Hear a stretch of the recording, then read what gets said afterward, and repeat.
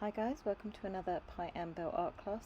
Today we're going to be using soft chalk pastels. We are using Pieandbelle soft chalk pastels, and we're going to be doing this silhouette of a girl standing in front of a sunset. So there's lots of layering with these pastels. The best thing to do is start with the absolute brightest area, which is that white sun. So we're going to put that in now, and then we're going to bring the yellow around it. Now, getting one colour to come around the other colour without disrupting the colour can be quite tricky, so as you can see here I am going to use my fingers very kind of carefully when I'm trying to combine that yellow into that white. Right now I'm using different fingers so that I have control over whether I'm putting another colour into it, and I'm also kind of going back and forth and adding the white on because I really want that white sun to be the most brilliant white compared to everything else, and that will be what will end up giving me that real bright glow at the end. So I'm going to start going from my light to darker colours for the sky. So I'm using now a kind of yellow ochre colour, which is a kind of yellowy orange colour, and then I'll come in with slightly darker colours. You can use these in two ways. You can use them on their sides or on their edges, and you can push down hard or you can push down soft, and that will give you different colours too. So do be aware of kind of which way you're using them. And really I'm just going to get the basic areas of where the colours are at the start, and then I'm going to put in details as I'm going on.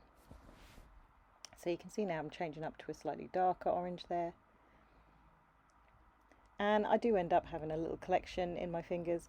Now when it comes to these kind of clouds, they are a very strange colour. They're not really any of the colours I have in my set. So what I'm doing is combining some brown with some purple, and I'll see if I feel like that's the correct colour or add a different colour. You can see I'm adding orange there, so it really is playing around. You could have a spare sheet of paper to play around on and get your colours in, but really I'm just kind of practicing around and playing with it back and forth to see what colour works best. I knew it had a purpley tinge, so I definitely was going to put some purple in there, but it's definitely not just purple. And you can see when it comes down to like that base area, the base cloud just before the sea, it goes quite pinky, so I did put a base layer of pink under that. And now you just want to be doing the negative shapes of what you can see, so where it goes light and dark, that's what you want to be creating first, and then later you can come in with those little kind of cloud edges and stuff to neaten it all up. But really you just want to be getting the colours correct and the lights and darks correct. That's really the main thing with soft pastels. And that's why it's so nice to have a set that is really brilliant colours like this Pieandbelle set. If they're really bright, super lovely colours, it obviously helps a lot to make them really nice. So now you can see I'm putting in some of those kind of silver linings of the clouds, and I'm choosing whether I'm going to do that in white or yellow ochre, and I'm softening them out. So when you're softening them out, you have quite a few stages of using soft pastels. You can rub back and forth, which obviously will mix the colours together.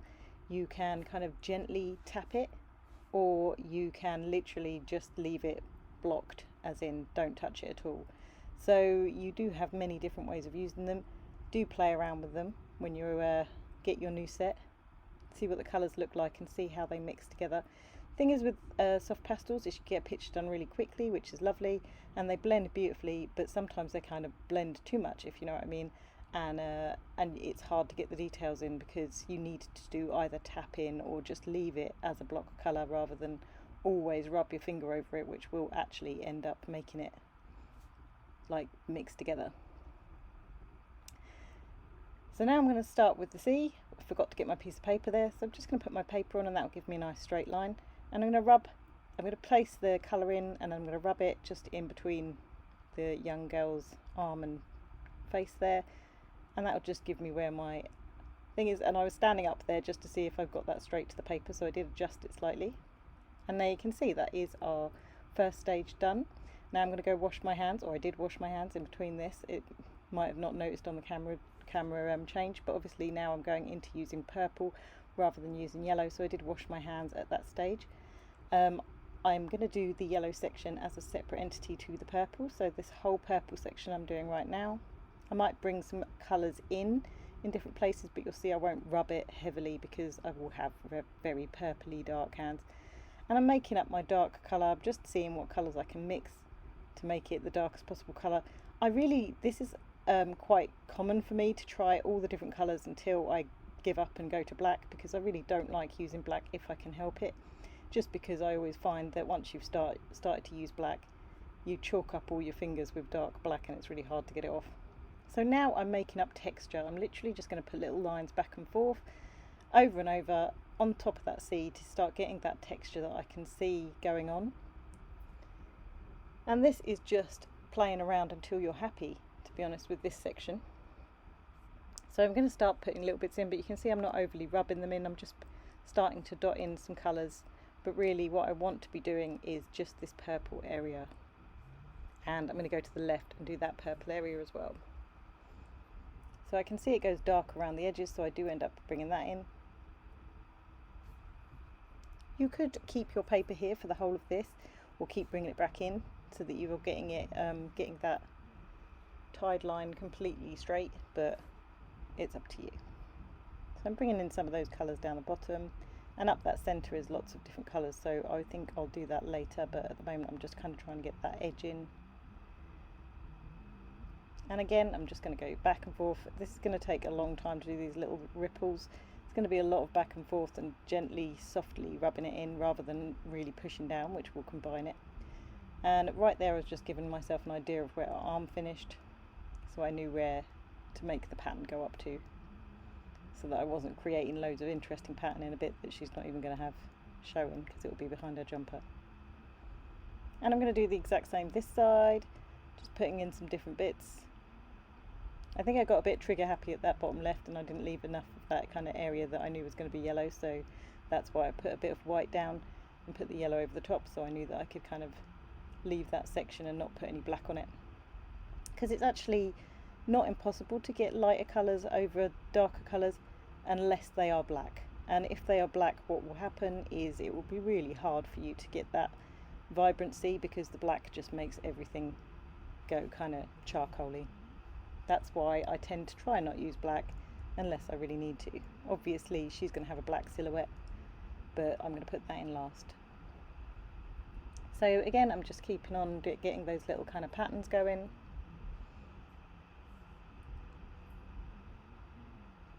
I'm just going to make more and more little waves. The more you do, the better of this really. And now I'm going to get her basic face and where her body comes in. I'm using a Conti pencil, so basically just a chalk pastel pencil. Now obviously you can't get really beautifully detailed work done with either chalk pastels or even the pencil, because of the grain of the paper. It's quite hard to get a real edge. So I am going to show you a little trick to neaten up your picture at the end of this one.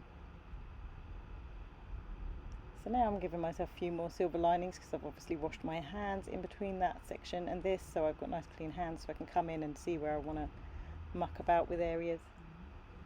And now I'm going to work on this middle section of kind of rippled back and forth, because this is probably the most tricky bit, because we're going from purple into yellow, and those two colours are not going to want to be friends. So we're going to have to go back and forth without mixing the colours together. But kind of we want them to not look like that it looks like now, so we have to put a small amount of mixing going on.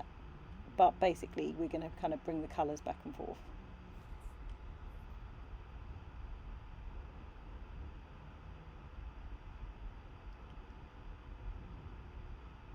So as you can see, if I come back forward and back with all the different colours, keep going back and forth, start bringing in some of those colours, the yellows and the peaches and the yellow ochre into the purple, and some of the purple into the yellow. It's a kind of bit of a kind of exhausting bit of the picture, this, but it is worth going back and forth like this and kind of almost combining them with the pastels rather than using your fingers over the top that much, because obviously if you mix that purple and that yellow together, it's just going to make a kind of browny colour, and that's not what we want. We want the colours to be combined and to look pretty, but not to be mixed. So I am lightly putting my fingers over it every now and again, but I am kind of coming back in and lightening it up. So it's going to take a little bit of time getting that bit done, and then what I'm going to do is work on her silhouette.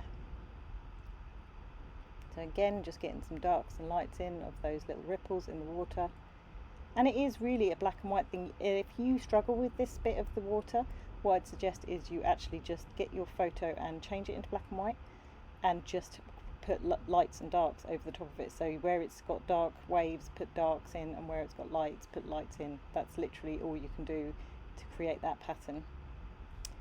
So you can see there underneath the left hand side of her hair, I'm putting some oranges and some yellows and then working with pencil over the top. That will give her that kind of beautiful kind of glow of the sunshine on that side. She has it again on the right hand side, but it's more white than orange and yellow, so I'll use the white pencil for that, but I'm just using that orange and yellow under her hair because it really does give that nice glow. And the best way to get her body in is to use the pastels and rub it in with your finger, because that's the quickest way of pushing it into the grain. But then I'm going to work around the edges with the pencil, and that won't go into the grain so much, but you'll see what I do for that in a minute.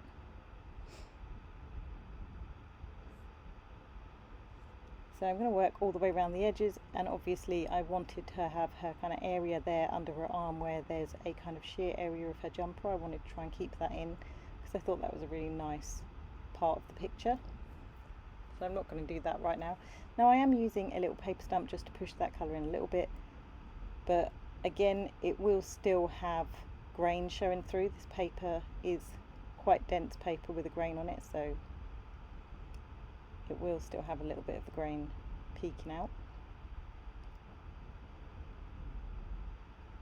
So I'm going to get the shape of her face in, but again she's not overly neat at this point, and once you get the outside in it's easier to kind of push the colour around where you want it. So now I'm giving myself some sort of pattern going underneath there.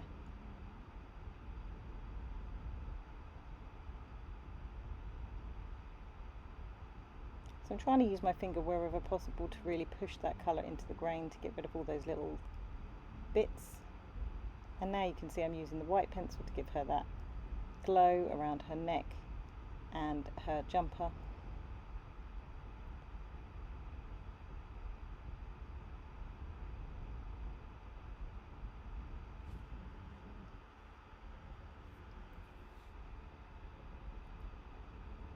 So now I'm going to fill in where her phone is and her hand, and again I'm swapping back and forth from the pencil to the pastel, the solid pastel.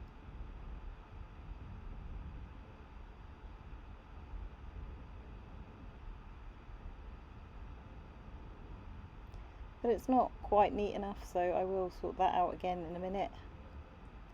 Remember, everything is a process. There's going to be points of your picture where it doesn't look ideal to how you want it, but you have to go through that process in order to get it to look how you want it in the end. You need to kind of work on bits and not be impatient with it.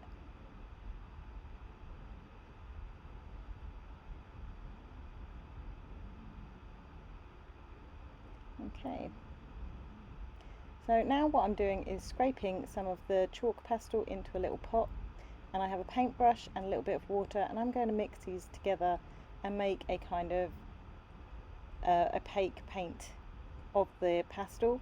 And this is how I'm going to neaten up all the edges and get rid of any of those little spots of grain where you can see the grain coming through and I don't want it. Neaten up the shape of everything. Now it's really good using this. You can actually sign your work like this as well, so that it's a complete pastel picture. The only thing I will say is, can you see on her face there, when it does dry, it dries kind of slightly different consistency to how normal pastel is. So what I will say is, where you've put it, you might want to rub your finger over the join. If you can see her face there, the like bit that I've painted on her face and the bit that is just plain pastel, there is a like slight line there, and if you just kind of rub over that, it will combine the two and it won't be obvious that there's a different texture going on. So I'm now kind of neatening up under where her top was, and you can see there I just rub over it and it just combines it together like that so it doesn't notice. And that's your finished picture. I hope you enjoyed that, guys. It was a fun, different one to try this week, and I'll speak to you soon. Bye.